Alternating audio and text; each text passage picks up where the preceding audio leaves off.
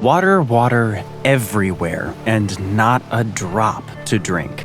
That's how it must feel for Californians right now. They live in a state with 840 miles of coastline, where ocean water is just a stone's throw away. Yet, despite this, the people living here are living through a deepening water crisis that is only getting worse. The state is coming off the back of a 3-year drought that lasted between 2020 and 2022. Worse yet, some claim that this particular drought isn't over. As recently as April of 2023, 9% of Californians were experiencing severe or exceptional droughts. There truly isn't enough water to go around. That leaves us a question. What on earth is going on with California's water supply? This is a state that has spent almost $9 billion in water-related investments over the last 3 years, but its problems are only getting worse. Why? We're gonna give you the answers in this video. We start with a problem we've already touched on: drought. The reality is that California's battle with droughts is never ending. The period between 2020 and 2022 may be the most severe recent example, but the state isn't out of the woods as we approach the end of 2024. In mid-September 2024, it was revealed that 71% of California's land is abnormally dry, with 11% of it being locked in a drought. Compare those figures to the 2023 numbers and you see a major problem forming. Just under 6.5% of California's land was abnormally dry in September 2023, with less than 0.25% of it being in a state of drought. Reduced rainfall is a problem. With a potential La Niña forming in the Pacific Ocean, there will likely be fewer storms and snowfalls in California during the winter of 24. This leaves even less water for a state that's desperately crying out for relief, as its collective thirst grows more unbearable by the day. Speaking of thirst, Californians are going to feel the pain in the coming years thanks to climate change, according to California's State Water Project, or SWP, which serves water to 27 million Californians and around 750,000 acres of farmland. The SWP releases reports on water status every 2 years. In 2021, at the height of the 3-year drought, its report suggested a 9% decline in water supplies over the next 20 years. Fast forward a couple of years, and the projected minimum decline is 13%, with the maximum being 23%. It all adds up to a state that's already racked by drought, losing even more of its usable water. Then there's the Sierra Nevada snowpack to consider. Each year, snow gathers on the mountains of Sierra Nevada. Eventually, that snow melts, flowing down the mountains and into California's natural waterways to provide up to 30% of the state's annual water supply. The good news is that 2024 looks to be a banner year for that snowpack. NASA says that the pack contained 110% of the average amount of snow typically recorded as of April of 2024. More snow in the snowpack means more water flowing to California later on. Good news, right? Perhaps for 2024 and the last few years when the snowpack has been larger than average. But they're not going to last much longer if climate change continues taking its toll in Sierra Nevada. NBC News said in December 2021 that it could be just 25 years until the snowpacks disappear entirely. So in just over 2 decades, California stands to lose about 1/3 of its water sources while dealing with increasingly dry reservoirs, aging water transit systems, and unpredictable weather events that can plunge the state into severe drought at a moment's notice. Basically, California is running out of usable water. And while that's bad enough for its people, what does that mean on the agricultural front? The simple answer is that there are bad days ahead. Right now, California has around 9.6 million acres of farmland that combine to use 34 million acre-feet of water annually. Much of that water usage is concentrated in the San Joaquin Valley, which accounts for 54% of the total. Other heavy water-using regions include the Sacramento Valley, which uses 21% of the 34 million acre-feet, and the Southeast Desert region at 6%. All of this adds up to California's farmland using up about 40% of the state's water each year. Some of that is groundwater, which we'll get to in a moment, but the key takeaway here is that Californian farmers need more water at a time when they're at risk of getting less of it than ever before. The problem here isn't that California will start running out of food as its agriculture dries up. The whole US stands to lose out, with California also taking a major hit to its economy as farmers are forced to ration their water. California's agricultural industry produces over 350 commodities and generates $49 billion annually across nearly 70,000 farms and ranches. Almost all of those farms and ranches are employers, meaning any shrinkage potentially threatens the livelihoods of thousands of people. There are also industries related to agriculture which combine to generate another $100 billion per year for the California economy on the back of farming activity. They'll take a hit too as California's water reserves run lower. As for why the rest of the US will suffer, it all comes down to production. California is responsible for growing about a third of the vegetables sold in the United States, along with about 75% of the country's fruits and nuts. Less water in California means less food for everybody, with other states potentially having to resort to more expensive imports to satisfy their food requirements, as climate change takes a toll on California's farming land. You'd think figures like these would give Californian farmers pause for thought. You would think wrong. You could argue that there's an element of greed in the California agricultural industry that's leading to it collectively consuming far more water than it needs. Cal Matters certainly thinks so. It says the state could cut its agricultural water consumption by a staggering 93% if it shifted its focus away from water-guzzling crops like alfalfa and almonds and towards crops that don't need a near-constant supply of liquids. But there's a reason why that won't happen.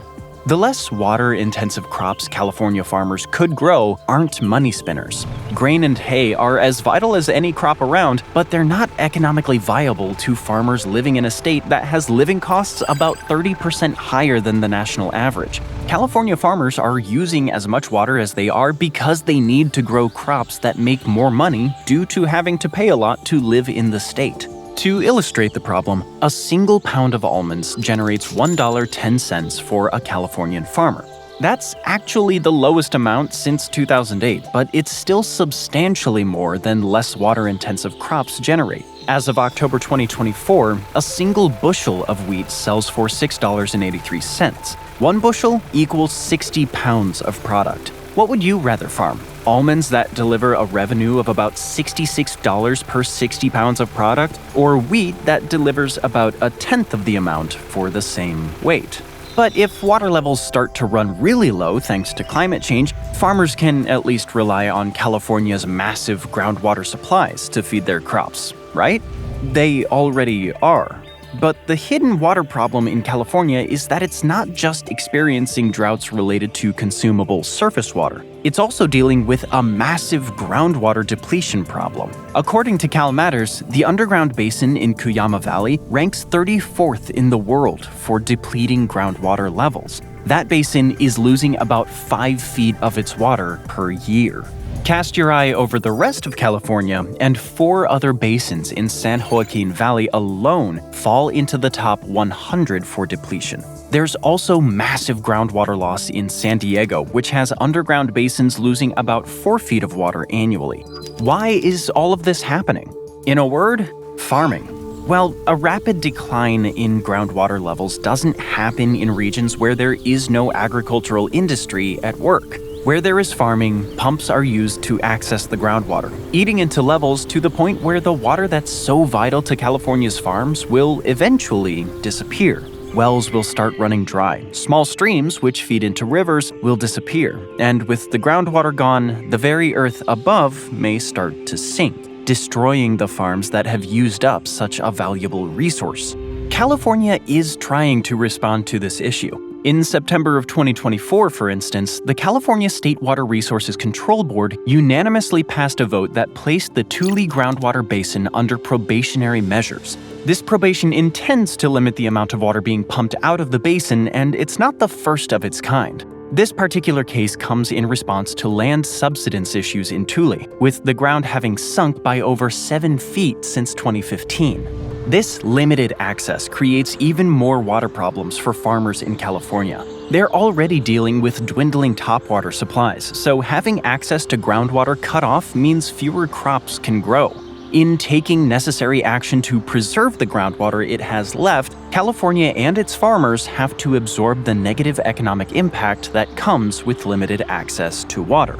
Are California farmers taking all of this lying down? Not if a lawsuit filed against the State Water Resources Control Board in May of 2024 is anything to go by.